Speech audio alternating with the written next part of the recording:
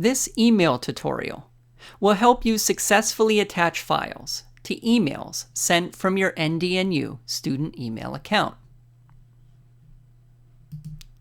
To begin, navigate to NDNU's Outlook for Web app.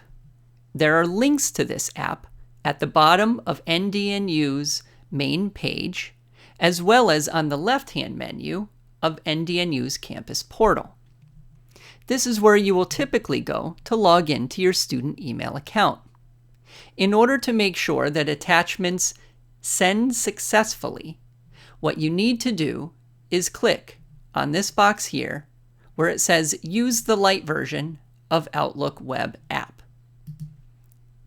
Once you select this box and log in to your NDNU student email account, attachments will successfully attach and be sent with emails sent from the account. If you have any questions about logging into or using your NDNU student email account, please contact the Office of Information Technology at helpdesk@ndnu.edu.